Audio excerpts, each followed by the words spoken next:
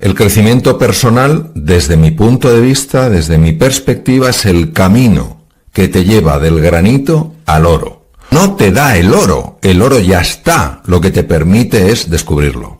Y por supuesto, la ciencia en esto, de forma consistente, está demostrando que es así. Por ejemplo, todas las prácticas de silencio bien llevadas, que son camino hacia la veta de oro, se sabe perfectamente que cambian la arquitectura cerebral, pero además en tiempos que jamás se hubiera considerado posible. Se sabe también que potencian el sistema inmune, que es fundamental para hacer frente a cualquier tipo de enfermedad. Una persona que sea agradecida, que es otra forma de cavar en esa mina, una persona que sea agradecida es una persona que regula mucho mejor su tensión arterial y mucho mejor sus cifras de glucosa. Entonces, al final se ve que todo está conectado, es decir, la dimensión más sutil, que es la dimensión, podríamos decir, espiritual, la dimensión que se acerca más a ese oro, está totalmente conectada con la dimensión física, porque ambas dimensiones se pueden distinguir, pero no se pueden separar. Es como si yo quiero separar la palma del dorso de mi mano. No existe una mano que no tenga palma y no tenga dorso. Lo que sí puedo es distinguirlas, pero están tan perfectamente entretejidas que es una unidad. Entonces, en el ser humano está perfectamente entretejida su dimensión física, anatómica, fisiológica, con su dimensión mental y su dimensión trascendental. La gran ventaja de esto es que todo impacto a nivel físico, impacto positivo me refiero, que tiene que ver precisamente con el crecimiento personal, que por supuesto incluye al cuerpo, incluye nutrición, incluye descanso, incluye ejercicio físico, tiene un impacto directo en los procesos mentales. Las personas que hacen ejercicio físico, que cuidan su nutrición, son personas que están más tranquilas, que son más serenas, que son más entusiastas, está más que visto. Y además afecta a su dimensión anímica. Son personas más agradecidas, son personas más generosas. La persona que cuida sus procesos mentales, que practica mindfulness, que consigue equilibrar la mente caótica, es una persona que potencia, como he dicho, la función de su cerebro y la función de su sistema inmune. Y además resulta que es una persona que cuida mejor de la naturaleza, que es más amable, más afectivo con la naturaleza. La persona que por las mañanas, en lugar de enfadarse ante la cantidad de cosas que tiene que hacer, muestra una gratitud por tener un día más que poder vivir, es una persona que curiosamente vive con más equilibrio mental y con más salud física. ¿Cómo puede ser que seguimos sin sacar tiempo para una cosa que nos da tantos beneficios? Porque la lente a través de la que miramos la realidad es una lente defectuosa. O sea, nosotros nos creemos lo que nos dice la lente, cuando la lente lo que nos está diciendo no es verdad. La lente nos está mostrando el mundo mental, no nos está mostrando el mundo real. Es decir, si yo en el mundo real tengo tiempo, pero en el mundo mental no lo tengo, yo daré más valor, más credibilidad al mundo mental que al mundo real. Pongo un ejemplo. ¿Que tenemos tiempo? Por supuesto que tenemos tiempo. ¿Que percibimos que no tenemos tiempo? Por supuesto que percibimos que no. Ahora voy a poner este ejemplo tan sencillo. Un amigo mío encuentra en una casa de su bisabuelo un pequeño baúl, que por alguna razón no lo habían visto antes, lo abre y había un periódico mi amigo es austriaco, un periódico de aquella época, comienzos del siglo XX. Sección de sucesos. Un tranvía atropella y mata a un anciano de 41 años. A comienzos del siglo XX, una persona de 41 años era un anciano. Fíjate. Hoy podemos vivir hasta los 90 años fácilmente y nuestros hijos vivirán probablemente más allá de los 100. ¿Cómo es posible que nos quejemos del tiempo? Es nuestra gran excusa. Nosotros no tenemos un problema de tiempo, tenemos un tema de prioridades. Claro, de administrar ese tiempo. Claro, ¿no? Entonces, ¿qué pasa? Que nos cuesta mucho decir no a ciertas cosas. Y tenemos que entender que hay tiempo para hacer lo fundamental, pero no hay tiempo para hacer todo. Entonces, uno tiene que decir qué es lo esencial en su vida. Entonces, lo que no te puedes ir a dormir, entiendo, yo lo entiendo así, es diciendo no he tenido tiempo. ¿Para qué? No he tenido tiempo para hacer lo fundamental. No. A lo mejor no has tenido presente lo que era fundamental en el tiempo que has tenido. ¿Y por qué siempre lo que no es fundamental tiene más hueco que lo fundamental? Porque yo creo que nosotros en general no gestionamos nuestra propia vida. Todos tenemos un enorme condicionamiento mental a lo largo de generaciones, no es culpa de nadie, es responsabilidad de todos el cambiarlo.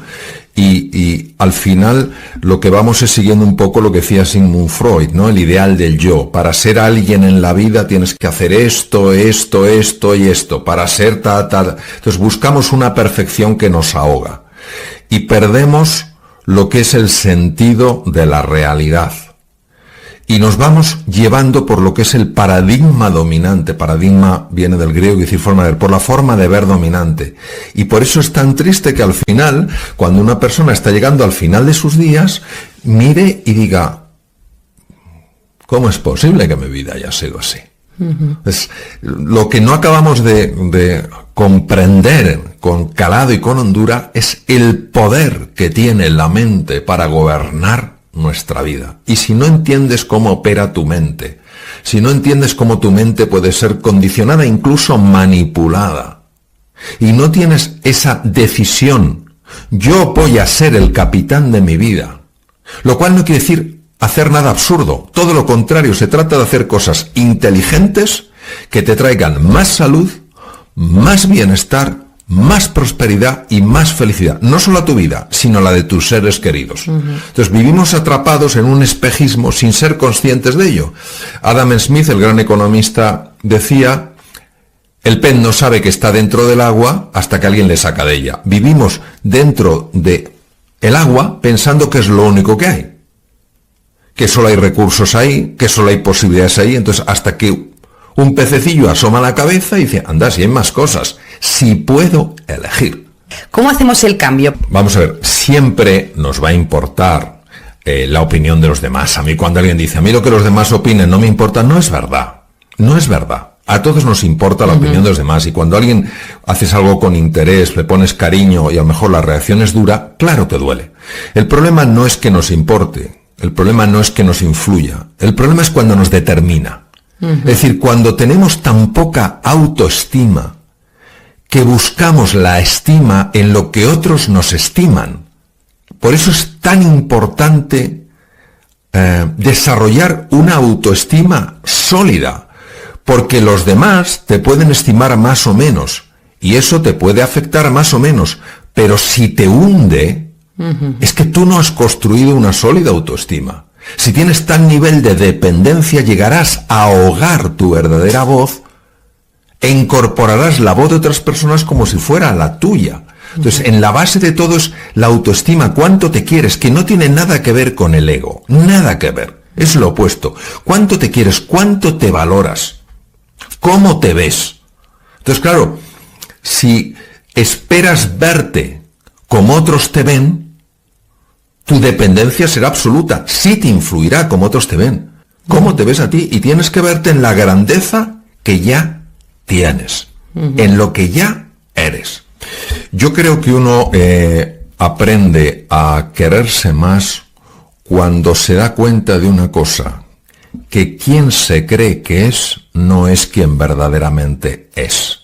O sea, vamos a suponer que yo creo que soy cobarde. Si yo creo que soy cobarde, y lo tengo metido a nivel inconsciente, todos mis actos reflejarán esa cobardía. Yo mismo estaré limitando la capacidad de actuar de forma valiente en la vida. Y actuar con valentía también implica actuar con sensatez, no con insensatez. Si yo descubro que soy valiente, entonces de forma natural actuaré con valentía. Luego el camino es el camino de lo que creo al camino de lo que soy. ¿Qué es lo que nos ayuda? Lo primero que nos ayuda es dejar radicalmente de juzgarnos. Es decir, no es, ay, si yo no hubiera hecho esta tontería, ay, si hubiera dicho esto en lugar de esto. ¿Tienes una máquina para volver al pasado? No, entonces ¿para qué? Dices, vale, esto ha sucedido, estos son los hechos. ¿Qué puedo hacer a partir de ahora? Es decir, primer tip práctico, deja de lamentarte. No tienes una máquina del tiempo que te permita volver a repararlo. ¿Qué tienes ahora? ¿Por qué esto es tan importante? Porque si conoces un poco cómo funciona el cerebro, la interacción con los procesos mentales, la persona que se está constantemente lamentando afectivamente entra en un estado emocional que por su propia naturaleza bloquea las capacidades creativas del cerebro. Es decir, tu capacidad de resolver hoy, de mejorar lo que hoy, la eliminas cuando te estás lamentando por el ayer. Segundo, cuando tú te estás angustiando con el futuro, ay Dios mío, ¿y esto qué repercusiones tendrá en el futuro? Y no sé qué, tal. Esa angustia también va a impedir tu capacidad de anticipar en el presente para estar mejor preparado para el futuro. Eso es lo primero. Lo segundo es desarrollar la compasión hacia uno mismo. ¿Qué es la compasión? La compasión va más allá de la empatía. La compasión es acción, es empatía en acción. Es decir, he cometido un error. De acuerdo, lo he hecho a propósito, pero ¿cómo voy a cometer un error a propósito? Yo no sé las fuerzas que hay dentro de mí. Yo no sé las dinámicas mentales que operan por debajo de mi conciencia. ¿Por qué tengo que juzgarme con esa dureza? De hecho, la culpa y la vergüenza, lamentablemente, en montones de contextos y en montones de países y en montones de situaciones y en montones de épocas históricas, han sido utilizadas para controlar a las personas. Claro. Yo tengo que ser consciente cuando he causado un daño. Esta falta de empatía, esta falta de reconocimiento del error es muy peligrosa. De hecho, en las psicopatías severas hay una falta de esta emocionalidad, de este reconocimiento del daño. Entonces, al causarse un daño, lógicamente hay una experiencia de tristeza. Y esa tristeza es el reconocimiento de un daño causado. Si esa tristeza la transformo en culpa y en vergüenza, lo que estoy haciendo es cambiarme. Ya el mensaje no es hay que educar a Mario, sino hay que castigar a Mario. Claro. La intención profunda es la clave de todo. Si mi intención es educar, yo abordo la situación de una manera. Si mi intención es castigar, lo que voy es a dañar. Claro. Pues es una amabilidad con uno mismo sin perder por ello firmeza.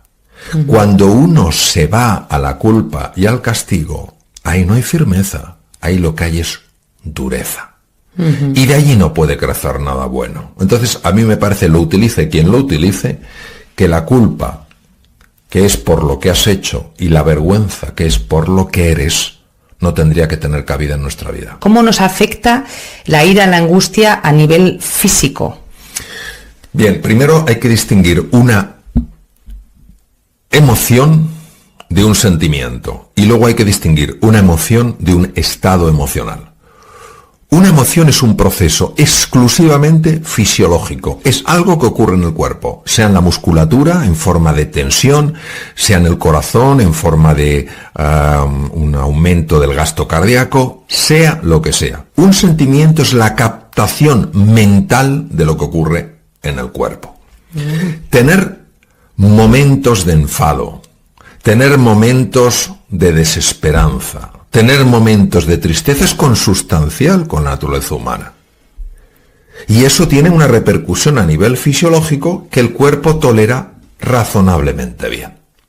Salvo que sea excesivo, salvo que la descarga de ira sea tremenda, la tristeza, pues de hecho hay un síndrome que se llama el síndrome de Takotsubo, que fue descrito en el mundo de la cardiología. Takotsubo es el tipo de trampas que utilizan en el Japón para capturar pulpos, que se ha visto en situaciones de estrés o tristeza máxima. Es una cardiopatía que se produce de forma prácticamente inmediata, donde el corazón verdaderamente ante esa tristeza máxima, ante ese sentimiento afectivo de tan profunda intensidad, realmente se produce un daño en el corazón, y es más, el corazón toma la forma de una trampa de pulpo como las que se utilizan en el Japón, ¿no? En la enfermedad de Takotsubo.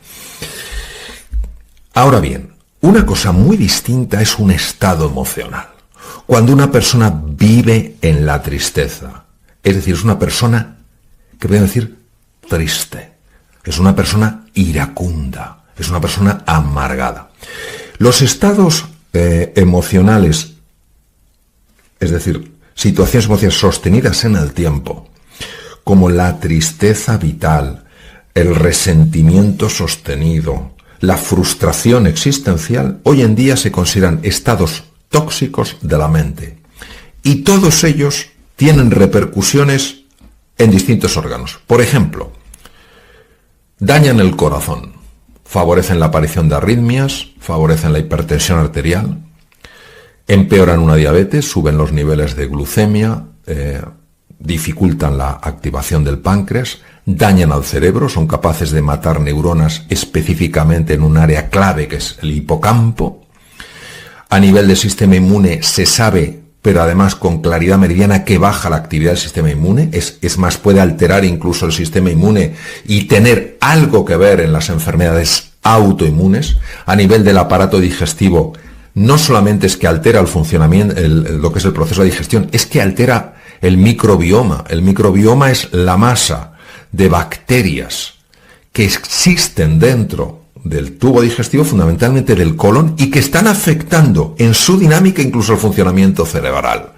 Podría seguir así y así y así. Realmente la repercusión es muy grande. Es brutal. Entonces, cuando la medicina ha empezado a observar los cambios fisiológicos que se producen en estos estados emocionales, han dicho, pero por favor, paremos ya, ¿no? Esto como no se sabe, esto como no se comprende, esto como no se integra en una nueva forma de vivir. Hay que tener en cuenta que los estados emocionales, como he comentado, son estados fisiológicos, que obviamente pueden ser desencadenados por pensamientos, etcétera, etcétera. Esos estados fisiológicos, por su propia naturaleza, implican cambios hormonales muy amplios, cambios moleculares muy profundos, que hacen que la célula tenga que transformar un montón de cosas. Por ejemplo, los receptores de la membrana a los que se acoplan estas moléculas, podemos llamar moléculas de la emoción, utilizando la terminología de Candice Pert. Claro, la célula en ese entorno se adapta a ese nuevo entorno. No quiere decir que sea una célula feliz, es una célula adaptada. Y pondré un ejemplo del mundo empresarial. Cuando esa célula que se ha adaptado le cambias a otro entorno que no es el suyo, aunque sea mejor, esa célula protesta. Voy a poner un ejemplo del mundo empresarial para que se entienda mejor. En una ocasión, en una empresa, me comentan lo siguiente. Un jefe se dedica durante todo un año a humillar, a despreciar la labor de la gente de su equipo, sin que sorprendentemente nadie le pare. Llega un momento en que todo el equipo se siente inútil. Él es el que tiene que tomar todas las decisiones. Cualquier error es duramente castigado. Bien, se dan cuenta al final la dirección del jefe tan pésimo que tiene este equipo y le despiden. Y ponen a un jefe que es radicalmente distinto. Un verdadero líder, alguien inspirador, alguien que cree en el potencial del ser humano, alguien que valora a las personas. ¿Qué ocurre? Pues que la gente no responde.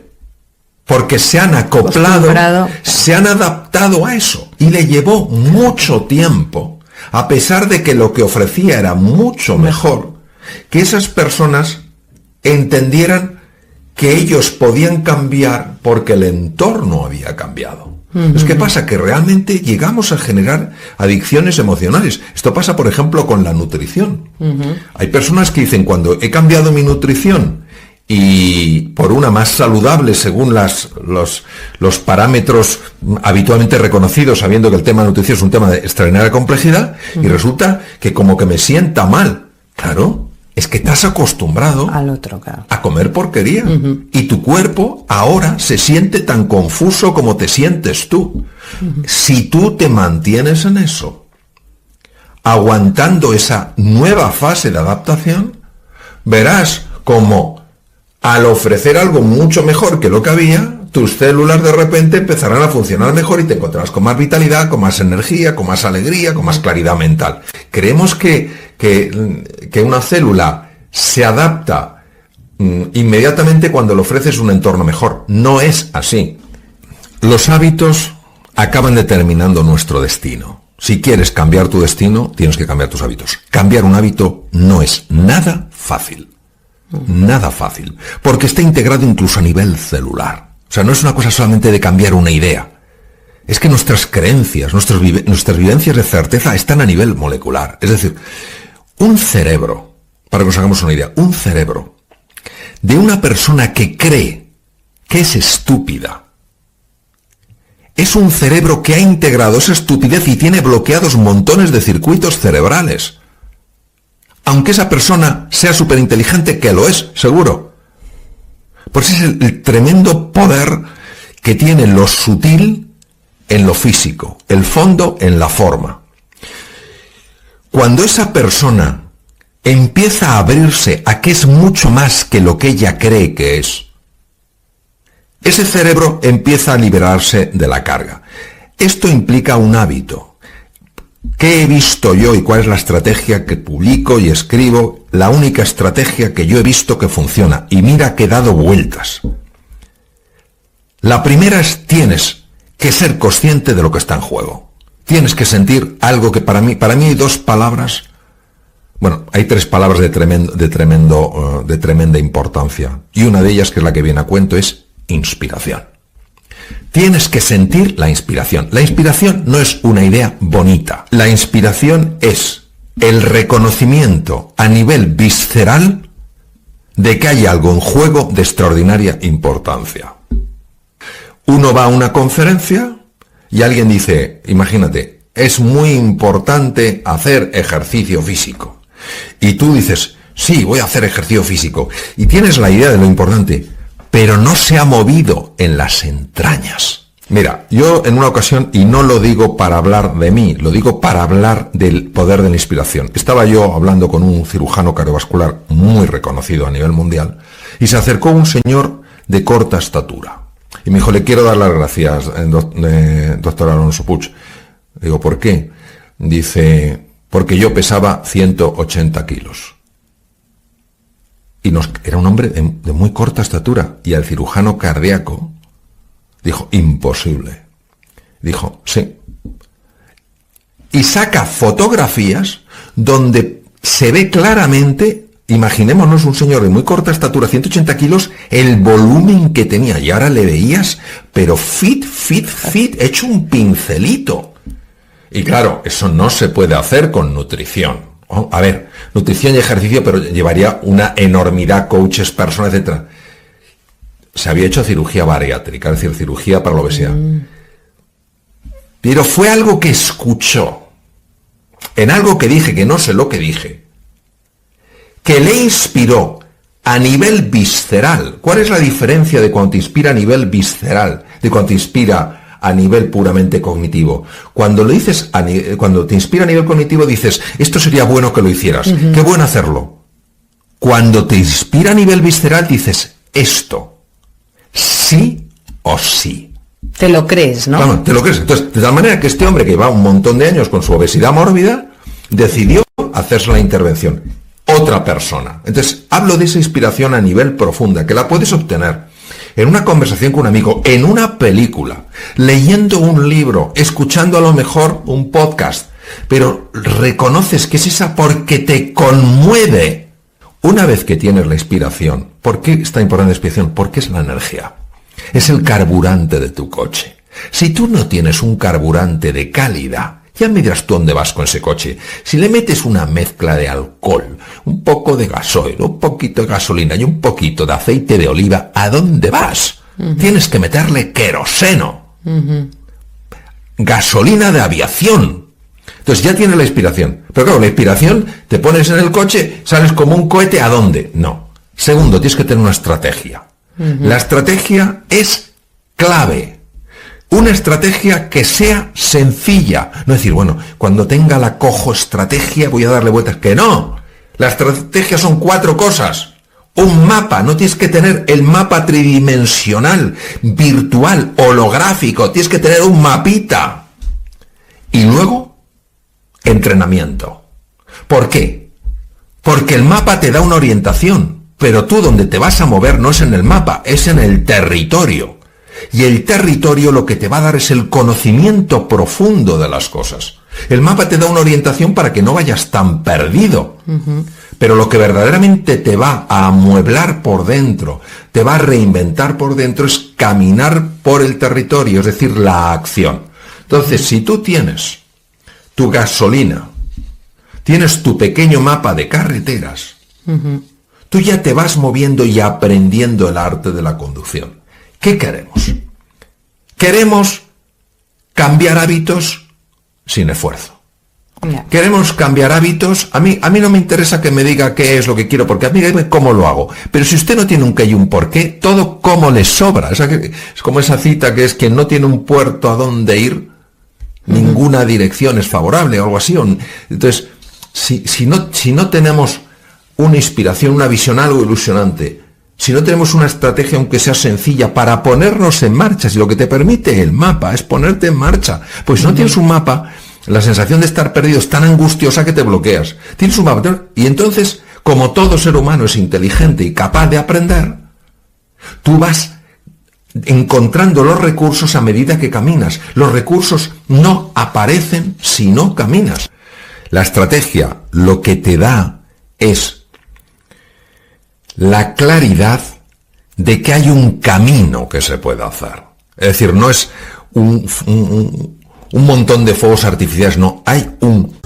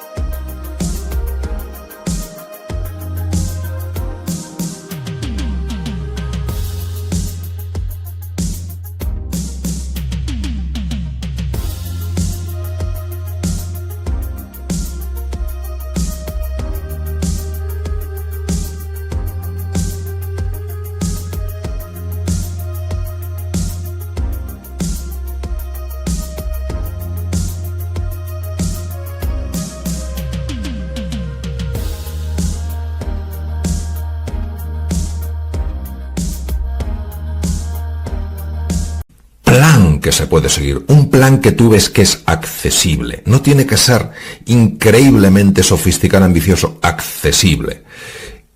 Pero no esperes la motivación de la estrategia. Por eso cuando alguien me pregunta ¿cómo hago esto?, me está pidiendo la estrategia. Si no tiene un qué y un por qué, ningún mapa vale. Ninguno. Porque a nosotros lo que nos interesa son activar lo que yo llamo los 3 superpoderes. Es poderes que tiene el ser humano en su interior, pero que no se activan sin la inspiración en primer lugar. Entonces, ¿qué es lo que ocurre? Personas que tienen proyectos dicen: ¿dónde encuentro la inspiración? Vamos a ver, la inspiración la tienes dentro de ti. Es pararte delante de una mesa, o con una mesa, y con un folio y decir: vamos a ver, ¿qué quiero yo cambiar radicalmente de mi vida? ¿Cómo puedo llevar mi vida al siguiente nivel? Estoy angustiado porque no gano suficiente dinero y voy siempre con el agua al cuello. Entonces, tienes entonces, una vez que has definido, es que no tengo energía, no tengo vitalidad, voy arrastrando el cuerpo, no sé qué tal cual. Entonces, si en mi vida hubiera más ilusión, más energía, más entusiasmo, si mi cuerpo me transmitiera otro mensaje, entonces mi vida cambiaría radicalmente.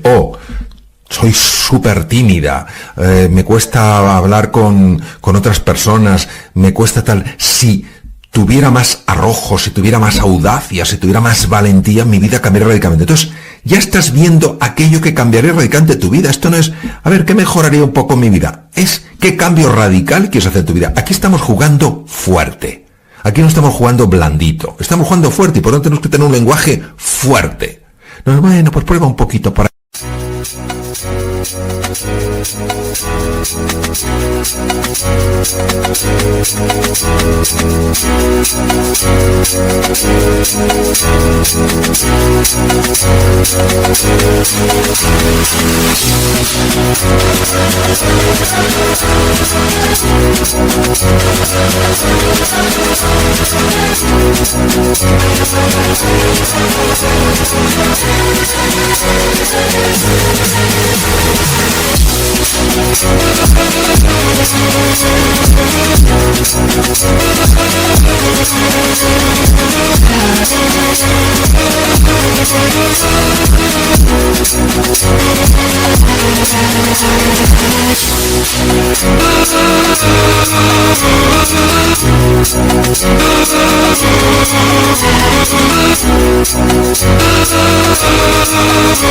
Aquí, eso no es un lenguaje fuerte, eso es un lenguaje milonguero, mediocre y no corresponde a ningún ser humano. Entonces, una vez que sabes lo que quieres, dices, ¿quién ha sido relevante en este campo?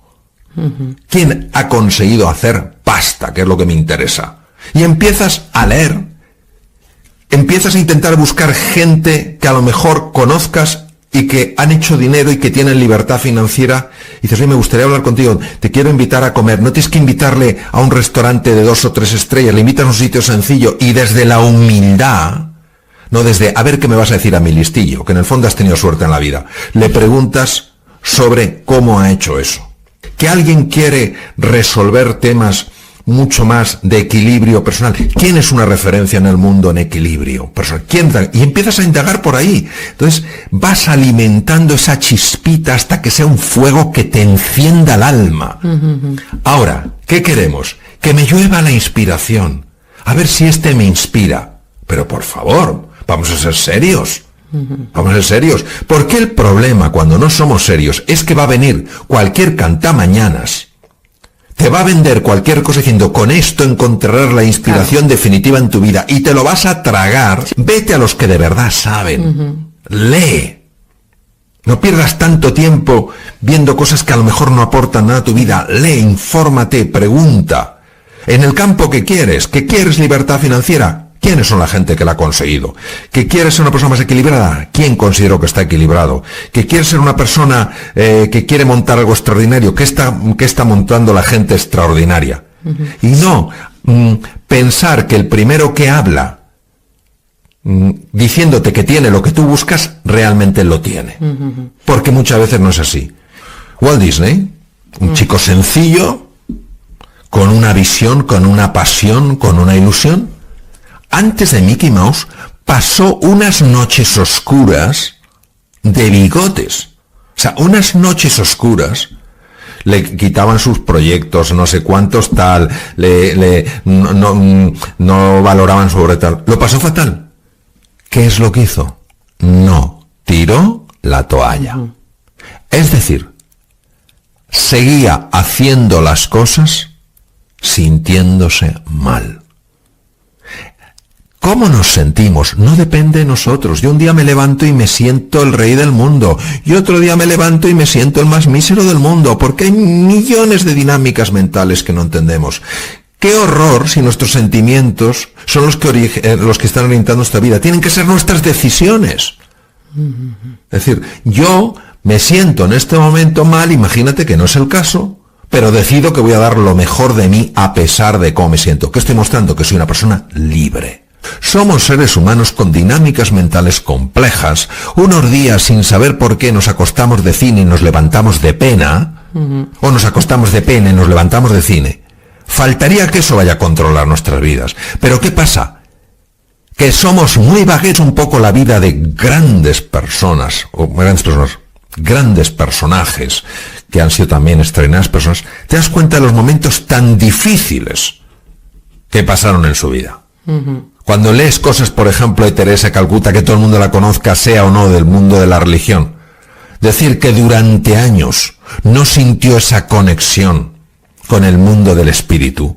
¿Quién lo hubiera dicho? ¿Quién lo hubiera dicho? Ese es un ser libre, porque vive de acuerdo a sus decisiones. Entonces queremos lo facilón, o sea, queremos alcanzar la fruta la fruta más jugosa, que está en el árbol más alto, dando 2 saltitos. No, pues tú vas dando saltitos, saltitos, saltitos, el día que te encuentras, el día que no, vas desarrollando la musculatura de las piernas, en uno de los saltos pues te has pegado al árbol y dices, anda, si yo puedo trepar.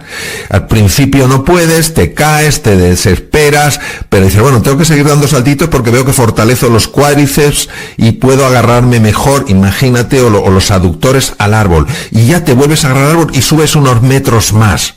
Y al final llegas a la fruta. No es un camino fácil. No es un camino fácil. Es que queremos presentar a veces soluciones que son soluciones profundas y complejas como si fueran facilonas.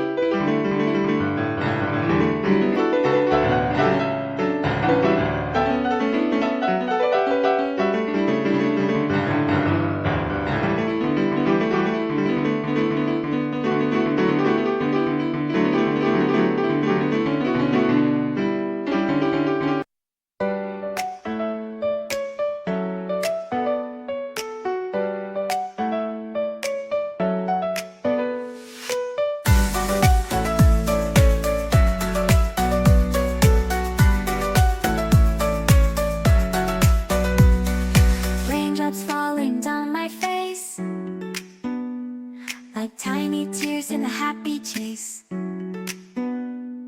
hopping through the puddles, see colors dancing wild and free. Skies are gray but I don't mind, cool raindrops on my skin I find, kicking off my Saturday, watch the clouds just drift away. Rainbow in the rain, what a sight, colors shining oh so bright, dancing in the streets so bright, everything will be alright.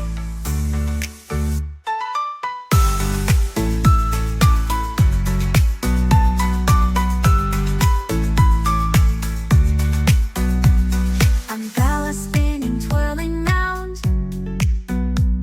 a colorful halo on the ground, music playing on the sand, skipping beats, the heart will sway, feel the world come out to play. Lightning cracks but don't you fear, magic shines when skies are clear, raindrops whisper secrets true, a hidden beauty shines right through. Rainbow in the rain, what a sight, colors shining oh so bright, dancing in the streets so bright, everything will be alright. Raindrops falling soft, peeks through, rainbow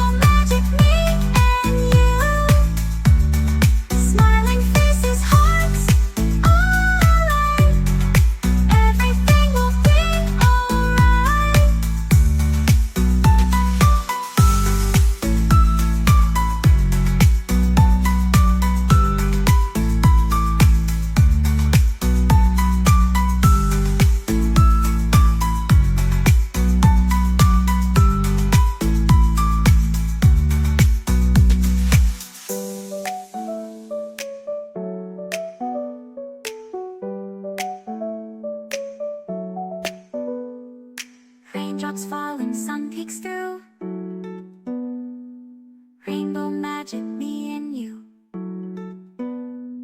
Smiling faces, hearts alight. Everything will be alright.